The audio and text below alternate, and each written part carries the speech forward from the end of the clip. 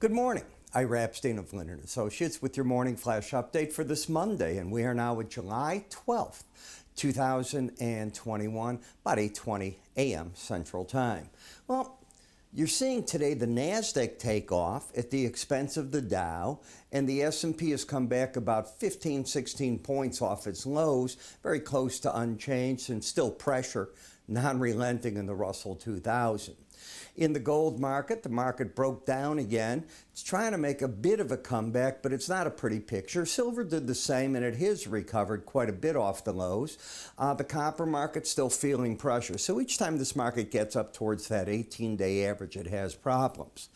In the energy market, there's no way to know what's really going on between OPEC Plus and the United Arab Emirates, but something's got to give eventually. I did see that the Saudis are offering full contracts through August for 6 Asian purchasers of their crude. Now, I don't know if that's an increase there or how to take it, but the market, when that news came out, came under some pressure. Bonds and notes still staying in the same venue, if you will, of looking at the market as basically one under pressure on rates.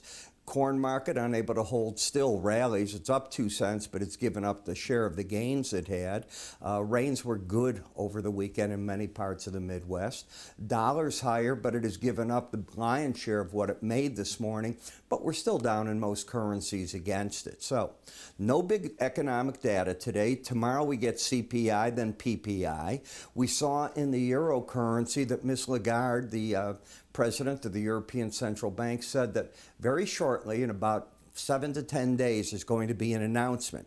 And that announcement's going to be a game changer, according to her, on interest rates. Don't know what this all means. It's not coming at the next European Central Bank meeting. It's coming at one of their shorter meetings, which is highly unusual, but she made a very big point of it over the weekend, so that should be somewhat important.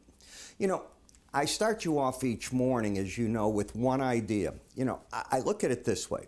You wake up, you've read the data, you start your day off. How do you start it off? Because you want to know what's going on in the markets, where are they? My subscriber videos do that for you in both ETFs and the futures markets. And what they do is we start off with the morning news, if there is news, but generally there is. This just happens to be a quiet news day. Then I want to talk to you about chart patterns. And those patterns, they're important. We go through the market and we cover 5 indicators. The indicators are going to cover moving averages, Bollinger Bands, window envelopes, slow stochastics are going to be in there.